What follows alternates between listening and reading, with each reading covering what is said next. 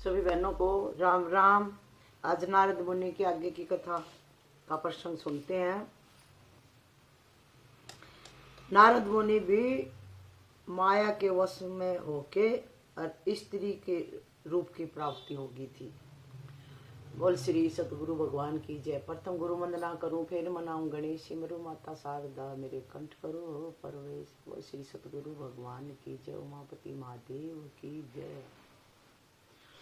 नारद जी कहते हैं, मुनिवर मैं इस पावन कथा का प्रसंग कर रहा हूं, ध्यान पूर्वक सुनो। वस्तुतः माया के अत्यंत गूढ़ रहस्य को योग वेता मुनि भी जानने में असमर्थ है। चर अचर संपूर्ण जगत तथा ब्रह्मा से लेकर स्तंभ पर्यंत सब के सब माया के अधीन है, क्योंकि यह अजय और दुश्चिंत्य है। एक समय की बात है, अद्भुत कर्म करने वाले भगवान विष्णु के दर्शन की इच्छा मेरे मन में उत्पन्न हुई। अतः मैं स्वर्ग से चल दिया। मैं मनोहर श्वेत द्वीप में जा रहा था। मेरे द्वारा स्वर और तालु से सुशोभित विशाल वीणा बज रही थी। मेरे द्वारा स्वर और ताल से सुशोभित विशाल वीणा बज रही थी। श्याम आदि 7 स्वरों के साथ मैं संगीत का गायन कर रहा था। श्वेत द्वीप में पहुंचने पर मुझे देवादिदेव भगवान विष्णु के दर्शन हुए। वे हाथ में चक्कर और गदा धारण किए हुए थे। कौस्तुभ मणि उनके वक्षस्थल की शोभा बढ़ा रही थी। मेघ के समान श्यामल वर्ण वाले श्री हरि 4 भुजाओं से सुशोभित थे। उन्होंने पीताम्बर पहन रखा था। मुकुट और बाजूबंद विग्रह को विभूषित किए हुए थे। उस समय मनोहारिणी लक्ष्मी के साथ वे क्रीड़ा कर रहे थे। संपूर्ण शुभ लक्षणों से संपन्न तथा समस्त अलंकारों से अलंकृत भगवती लक्ष्मी मुझे देखकर वहां से चली गई।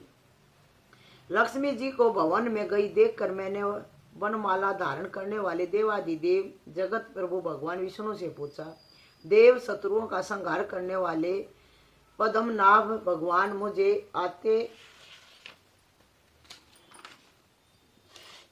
आते हुए देखकर भगवती लक्ष्मी जी आपके पास से क्यों चली गई? जगत गुरु, मैं न कोई नीच हूँ न मैं धूर्त हूँ। जनार्दन, मैं एक तपस्वी हूँ। इंद्रियां मेरे वश में रहती हैं। मैंने क्रोध पर विजय प्राप्त कर ली है। माया का मुझ पर कभी कुछ भी वश नहीं चलता। मैंने उस समय जो कुछ भी कहा उसके प्रत्येक शब्द में अभिमान भरा था। अभिमान हो गया। मुझे सुनकर भगवान श्री हरि का मुखमंडल मुस्कुराने लगा। वीणा के समान मधुर वाणी में वे मुझसे कहने लगे। भगवान विष्णु ने कहा, नारद, यह काम नीति के विरुद्ध है। ये जो काम शब्द है, ये काम जो है ये नीति के विरुद्ध है। ये अनीति करा देता है। स्त्री को चाहिए पति के सिवा कभी किसी दूसरे पुरुष के समक्ष ऐसा व्यवहार न करे।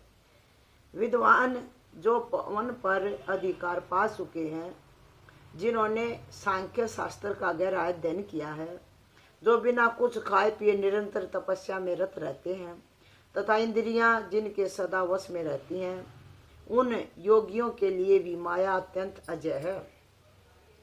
संगीत की उत्तम जानकारी रखने वाले मुनिवर, आपने अभी जो कुछ कहा है कि मैं माया पर विजय पा चुका हूँ, सो यह बात कभी भी किसी के सामने मत कहनी भी नहीं चाहिए। जब सनकादिक मुनि भी माया को जीतने में असफल रहे, तब तुम और दूसरे किसी देवता की क्या गणना की जाए? देवता, मानव अथवा पशु का शरीर धारण करने वाले प्राणी भला अजन्मा माया को कैसे जीत सकते हैं? नहीं जीत सकता कोई भी। वेद के ज्ञाता, योग साधन में निपुण, सर्वज्ञ एवं जितेंद्रिय, सत्व रज तमो में किसी भी पुरुष के लिए माया पर विजय प्राप्त करना संभव नहीं है। काम भी माया का ही रूप है। उसकी कोई प्रत्यक्ष आकृति नहीं है। छिपे रूप में रहकर वह विद्वान, मूर्ख अथवा मध्यम श्रेणी के सभी प्राणियों को अपने वश में किए रहता है।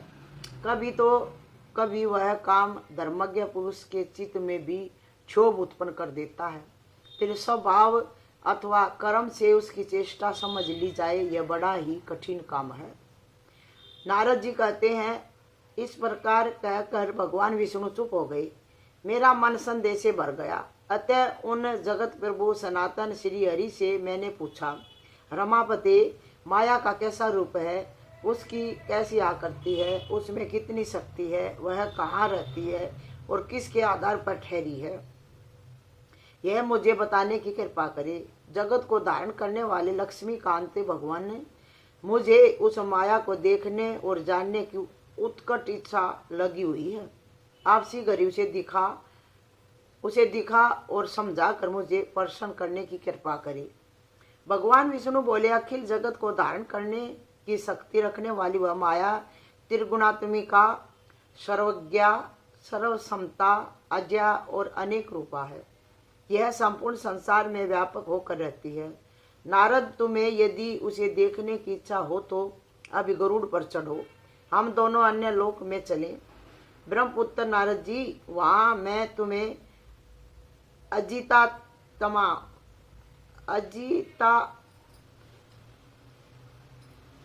आत्माओं के लिए अजय उस माया का दर्शन कराऊंगा। वहां मैं तुम्हें अजित आत्माओं के लिए अजय उस माया का दर्शन कराऊंगा। उसे देखने के पश्चात फिर तुम्हें अपने मन में विषाद का स्थान नहीं देना चाहिए। इस प्रकार देवादिदेव भगवान विष्णु ने मुझसे कहकर विंतानंदन गरुड़ को याद किया। स्मरण करते ही गरुड़ उनके सामने आ गए। गरुड़ को आए देखकर भगवान विष्णु उन पर सवार हुए और मुझे भी चलने के लिए आदर पूर्वक पीछे बैठा लिया। वायु के समान तीव्रगामी गरुड़ ने अब वैकुंठ से यात्रा कर दी। भगवान श्री हरि जिस ओर जाना चाहते उधर के लिए ही संकेत कर देते और वही गरुड़ का लक्ष्य बन जाता था। यो बहुत से विशाल वन, दिव्य सरोवर, नदियां, ग्राम, नगर, पर्वत के आसपास के गांव, गौओं के कोष्ठ, मुनियों के मनोहर आश्रम, सुंदर बावलियां, छोटे बड़े अनेक तालाब, कमल से सुशोभित अगाध जलवाली, अनेक झीलें तथा मुर्गों एवं वाराओं के बहुत से झुंड हमें दृष्टिगोचर हुए। गरुड़ पर बैठकर इन सब पर दृष्टि डालते हुए हम दोनों कान्याकुब्ज के पास पहुंच गए। वहां एक दिव्य सरोवर दिखाई पड़ा। कमल उस सरोवर की शोभा बढ़ा रहे थे।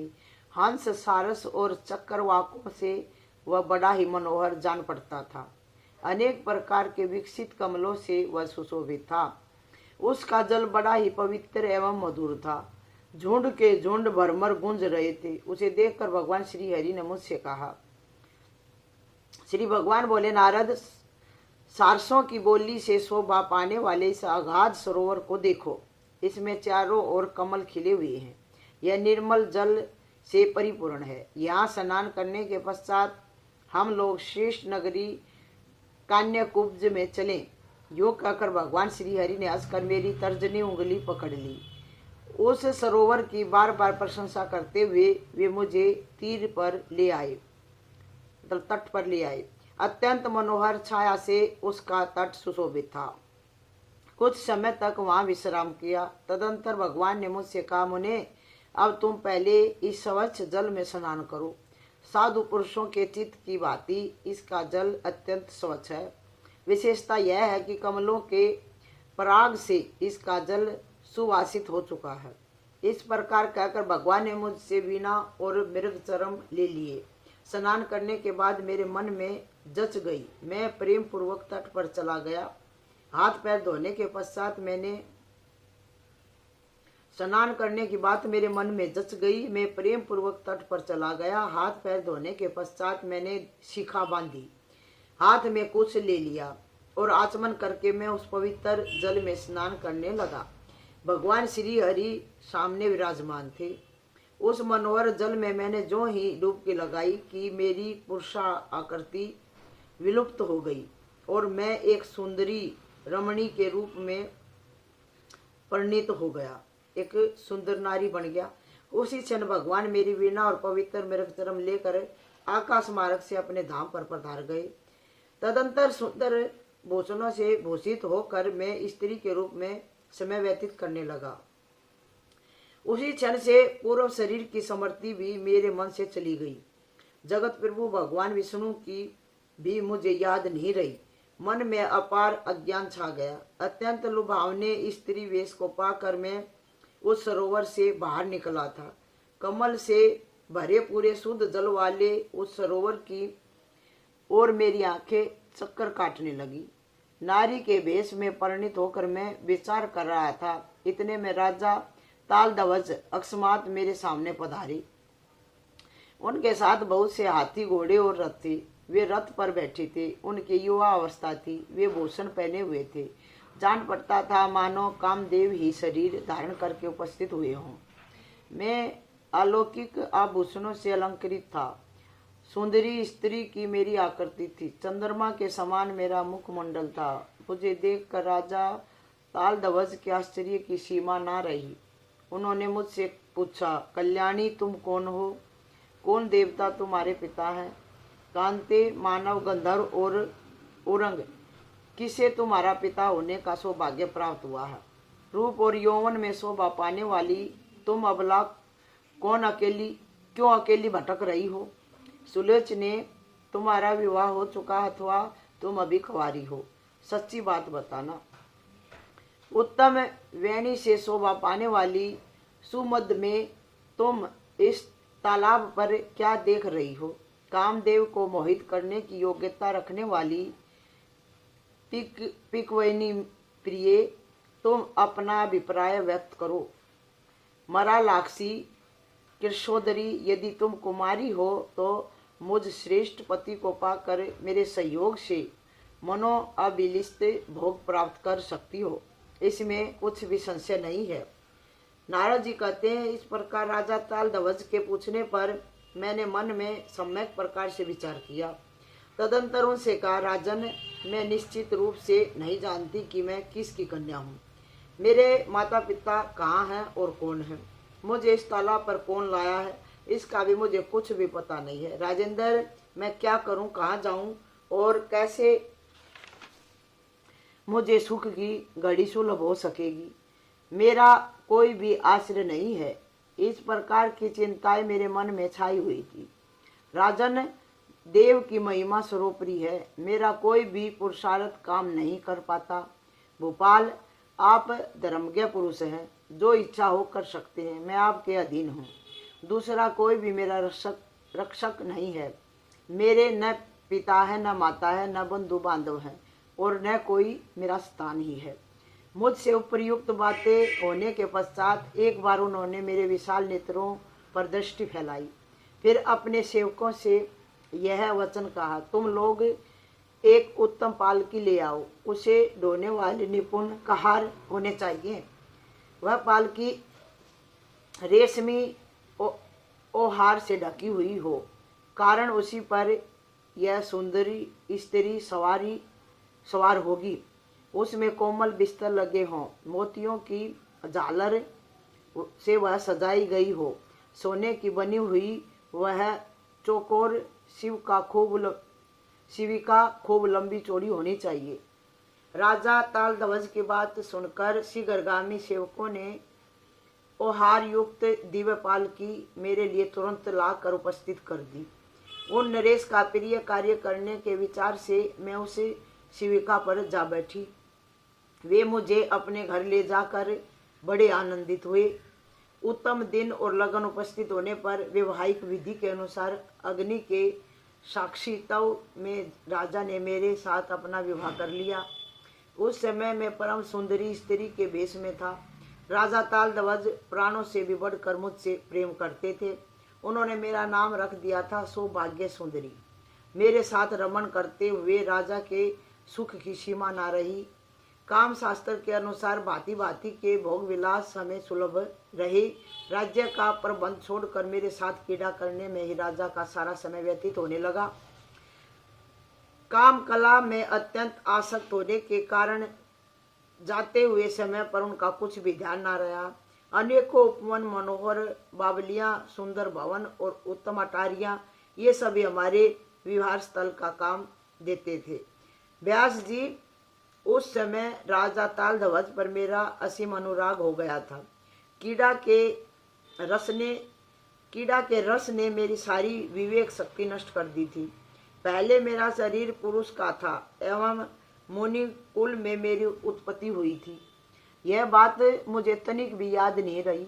ये मेरे पति देव हैं, मैं इनकी भारिया हूँ। अनेकों स्त्रियों की अपेक्षा मैं इन्हें अधिक प्रिय हूँ। मुझे पटरानी होने का सौभाग्य प्राप्त हुआ है।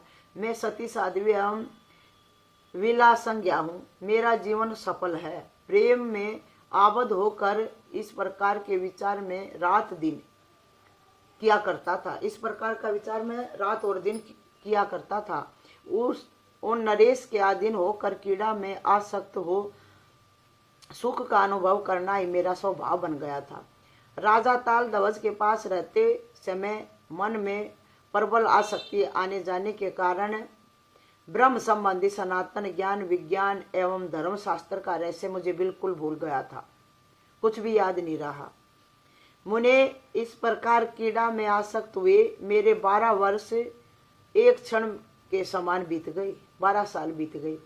मेरे गर्भवती होने पर राजा ताल ध्वज को बड़ी प्रसन्नता हुई। उन्होंने विधि पूर्वक गर्भ संस्कार कराया।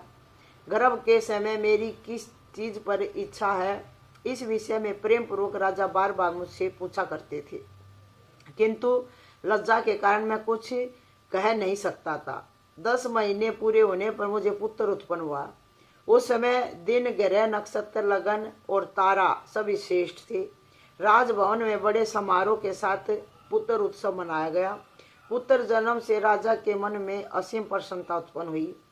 सूतक समाप्त हो जाने पर जब राजा ने पुत्र का मुख देखा तब उनके हर्ष की सीमा नहीं रही। परम तपस्वी व्यास जी, यूं मैं राजा ताल ध्वज के प्रिय पत्नी बन चुका।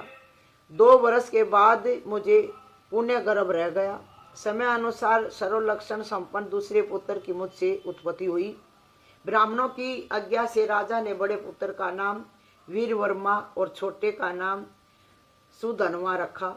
इस प्रकार राजा के संपर्क में रहकर मैंने 12 पुत्र उत्पन्न किए।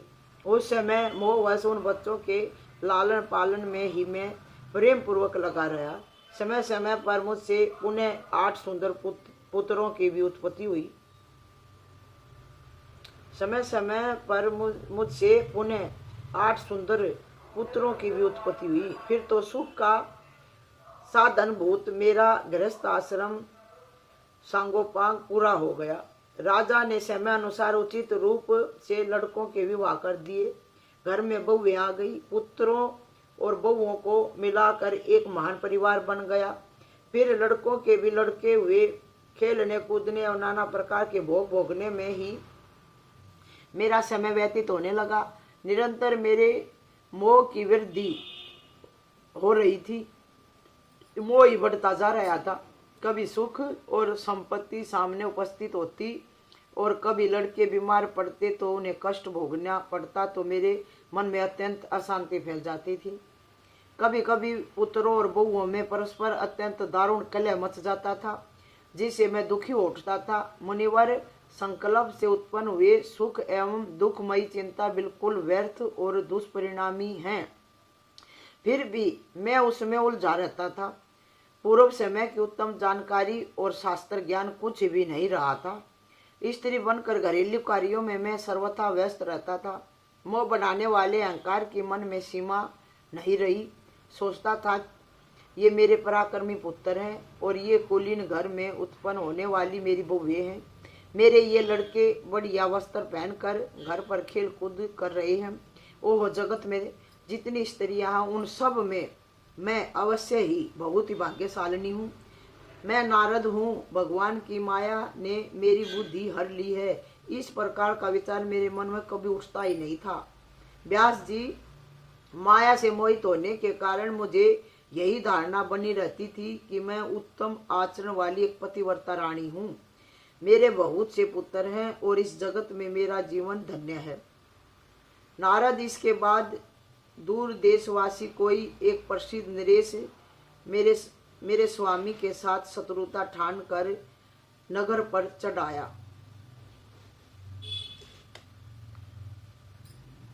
उसने हाथियों और रथों के द्वारा अपनी सेना सजा ली थी।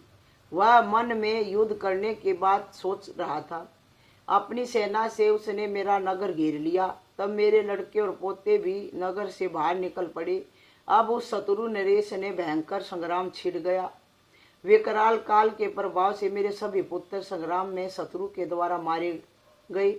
राजा हतोत्साह होकर युद्ध स्थल से घर लौट आए। मैंने सुना अत्यंत भयावह संग्राम में मेरे सब लड़के पोते मर मिटे हैं। शत्रु राजा बड़ा बलवान था। पुत्रों और पोतरों को मार कर वह निकल गया। अब मेरी आंखों से आंसुओं की अश्रु धारा गिरने लगी। मैं युद्ध भूमि में पहुंचा। जमीन पर पड़े हुए पुत्रों और पोतरों को देखकर मेरे दुख की सीमा न रही। आयुष्मान शोक रूपी सागर में डूबकर मैं जोर जोर से रोने लगा। आए पुत्रों, तुम कहाँ चले गए? इस दुष्ट नरेश ने मेरी निर्मम हत्या कर डाली।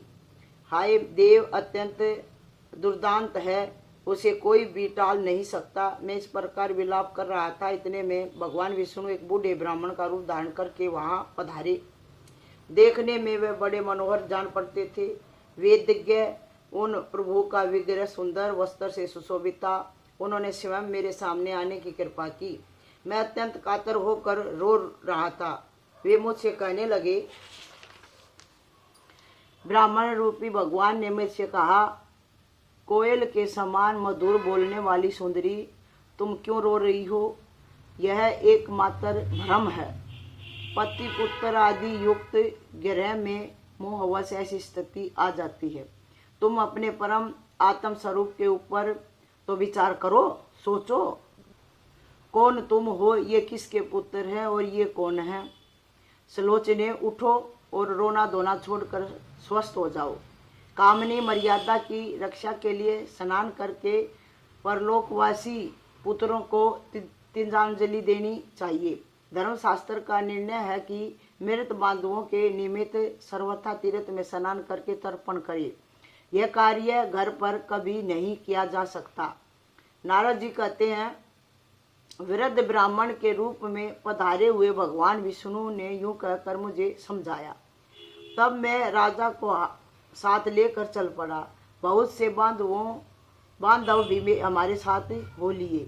विपर वेशधारी भूत भावन भगवान आगे आगे चल रहे थे। तत्पश्चात में तुरंत परम पावन तीर्थ के लिए चल पड़ा। द्विज रूपी भगवान विष्णु कृपा पूर्वक मुझे पू तीर्थ में ले गए। वहाँ एक पवित्र सरोवर था। भगवान श्री हरि ने मुझसे कहा, गजगामिनी, कार्य करने का समय उपस्थित है। तुम इस पवित्र तीर्थ में स्नान करके पुत्र संबंधी निरंथक शोक से रहित हो जाओ। जन्म जन्मांतरों में तुम्हारे करोड़ों पुत्र, पिता, पति, भ्राता और जमाता मर चुके हैं। उनमें तुम किसका शोक मनाती हो? यह सब मन का भ्रम है। सपने की तुलना करने वाले यह व्यर्थ चिंतन प्राणियों के लिए केवल कष्ट ही देने वाला है। नारद जी कहते हैं, भगवान विष्णु के मुख से निकली हुई इस बात को सुनकर उनकी प्रेरणा के अनुसार मैं पुरुष संज्ञक तीर्थ में स्नान करने के लिए प्रविष्ट हुआ। उस तीर्थ में डुबकी लगाते ही मेरी आकृति तुरंत पुरस्कार बन गई। भगवान विष्णु वीणा लेकर तट पर विराजमान थे। द्विजवर स्नान करने के पश्चात मुझे कमल लोचन भगवान विष्णु के साक्षात दर्शन प्राप्त हुए। फिर तो मेरे मन की विस्मृति दूर हो गई। सोचने लगा, भगवान के साथ मैं नारद यहाँ उपस्थित हूँ।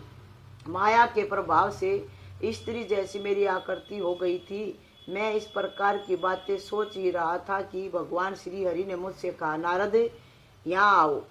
जल में खड़े होकर क्या कर रहे हो? मैंने सोचा, मैं अभी अत्यंत दारुण स्त्री के भेष में था, फिर कैसे पुरुष हो गया? मेरे आश्चर्य की सीमा ना रही। यहाँ ये अध्याय हमारा हुआ यहाँ पे 28, 29 संपन्न और 6ठा स्कंद है ये। अब आगे की कथा में आएगा भगवान विष्णु के द्वारा महामाया का महत्व वर्णन, व्यास जी के द्वारा जन्मेजय के प्रति भगवती की महिमा का कथन। ये अगली कथा में करेंगे बहनों। अब कथा लंबी हो जाएगी। सभी बहनों को राम राम। देखो नारद जी भी माया में फंस गए।